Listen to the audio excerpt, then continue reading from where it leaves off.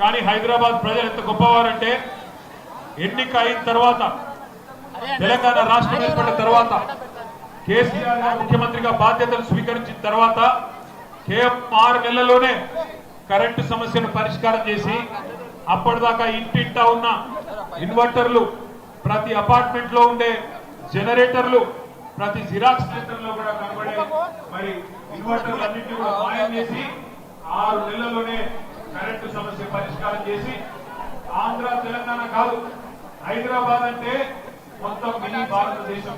ఇక్కడ లేని వాళ్ళు ఎవరు లేరు. ఆంధ్ర నుండి ఉన్నారు, తెలంగాణ నుండి ఉన్నారు, కర్ణాటక నుండి ఉన్నారు, పంజాబ్, గుజరాత్ అన్ని రాష్ట్రాల నుండి కూడా ఇక్కడికి వచ్చి ప్రజలు స్థిరపడ్డ వాళ్ళు ఉన్నారు. కాబట్టి మినీ భారతదేశం లాంటి హైదరాబాద్, అందులో ముఖ్యంగా మినీ భారతదేశం లాంటి శేర్లింగంపల్లి నియోజకవర్గంలో ఎక్కడ ఒక చిన్న పంచాయతీ లేకుండా మరి బ్రహ్మాండంగా ప్రభుత్వాన్ని శాంతి భద్రతల సమస్య అనే సమస్యలే లేకుండా నడిపినందుకు కరెక్ట్ గా 10-11 నెలల్లోనే రాష్ట్రం ఏర్పడిన తర్వాత 10-11 నెలల్లోనే గ్రేటర్ హైదరాబాద్ ఎలక్షన్ వస్తే అప్పటిదాకా ఇద్దరే ఎమ్మెల్యేలు ఉన్న టీఆర్ఎస్ పార్టీకి 100 కార్పొరేటర్ సీట్లు ఇచ్చింది. ఆ రోజు 2015లో అన్నిటికన్నీ కార్పొరేటర్లు గెలిచినప్పుడు ఎమ్మెల్యే గారు మనకు లేరు. గెలిచిన తర్వాత ఎమ్మెల్యే గారు మనతో పాటు ఇచ్చినాం. ఎమ్మెల్యే గారు మనతో పాటు చేరితే మనం కూడా ఆయన గౌరవించి మళ్ళీ 2018లో ఆయనకే టికెట్ ఇచ్చి గెలిపించుకున్నాం. 2018 ఎన్నికల తర్వాత ప్రభుత్వం వచ్చిన తర్వాత ఈ శేర్లింగంపల్లి ఎమ్మెల్యే గారికి ఆనాడు క్యాబినెట్ ర్యాంకుతో సమానమైన ప్రభుత్వ విప్ పదవి కూడా ఇచ్చి గౌరవించింది పెద్దలు కేసీఆర్ గారు.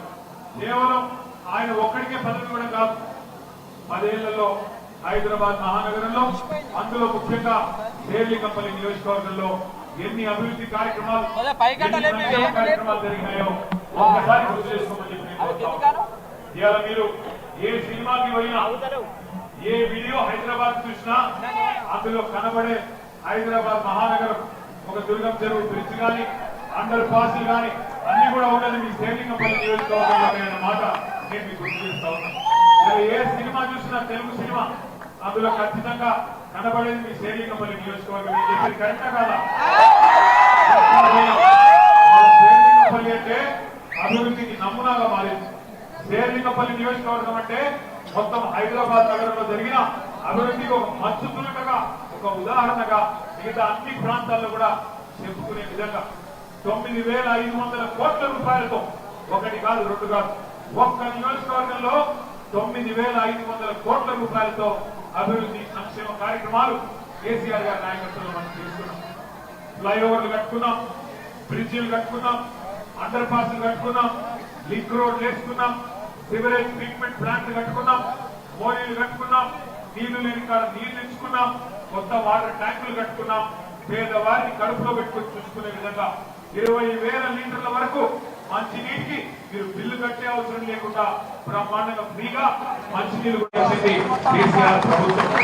అట్లాగే ఇవాళ ఈరోజు కాంగ్రెస్ ప్రభుత్వం వచ్చినాక ఏం చేసింది అనేది తర్వాత విషయం. కానీ కేసీఆర్ ప్రభుత్వంలో పేదలకు ఎక్కడైనా ప్రభుత్వ భూముల్లో తెలుసో తెలియకో ఒక గుడిసె వేసుకుంటే, ఒక చిన్న గూడు కట్టుకుంటే 1,00,000 మంది పేదవారికి పట్టాలిచ్చి వారిని కడుపులో పెట్టుకొని చూసుకున్నది కేసీఆర్ ప్రభుత్వం. జీవో నంబర్ 58 ద్వారా, జీవో నంబర్ 59 ద్వారా కడుపులో పెట్టుకొని చూసుకున్నది పేదవారిని కేసీఆర్ ప్రభుత్వం. 200 రూపాయల పెన్షన్ ఉంటే దాన్ని 2,000 రూపాయలు చేసుకున్నాం. అట్లాగే ఎన్నో సంక్షేమ కార్యక్రమాలు. పేదింటి ఆడబిడ్డ పెళ్లి చేసుకుంటే 1,00,000 రూపాయలు మరి కళ్యాణ లక్ష్మి పేరుతో, షాదీ ముబారక్ పేరుతో. సర్కారు దవాఖానకు పోయి ప్రసూతి అయితే కేసీఆర్ కిట్టు పేరుతో ఆ బిడ్డకు మరి పుట్టిన తల్లికి సౌలత్. అట్లాగే ఆడబిడ్డ పుడితే 13,000, మగ పిల్లోడు పుడితే 12,000.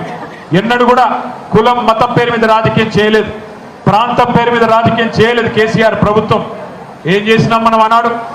ఆడపిల్లలుంటే దసరా బతుకమ్మ వస్తే హిందూ స్త్రీలైతే, హిందూ ఆడబిడ్డలైతే వారికి బతుకమ్మకు ఒక కానుక, బతుకమ్మ చీర రూపంలో ఉండేది. అదే ముస్లిం పేదలైతే రంజాన్ తోఫా వచ్చేది మీ ఇంటికే. అట్లాగే క్రిస్టియన్స్ అయితే క్రిస్మస్ గిఫ్ట్ వచ్చేది. ఇట్లా 10 ఏళ్ల పాటు అన్నాదమ్ముల మాదిరిగా ఏ పంచాయతీ లేకుండా ఏ బాధ లేకుండా అభివృద్ధి సంక్షేమం, పేదలని సంక్షేమం ద్వారా ఆదుకోవడం, నగరాన్ని అభివృద్ధి చేసి ఈ నగరం తెలంగాణకు గుండెకాయ లాంటి ఈ నగరం ఎంత ఎదిగితే తెలంగాణలోని పేదలకి అంత మేలు చేయవచ్చు అన్న ఆలోచనతో నగరాన్ని పట్టణ అభివృద్ధిలో అగ్రభాగాన్ని నిలబెట్టింది కేసీఆర్ గారి నాయకత్వం.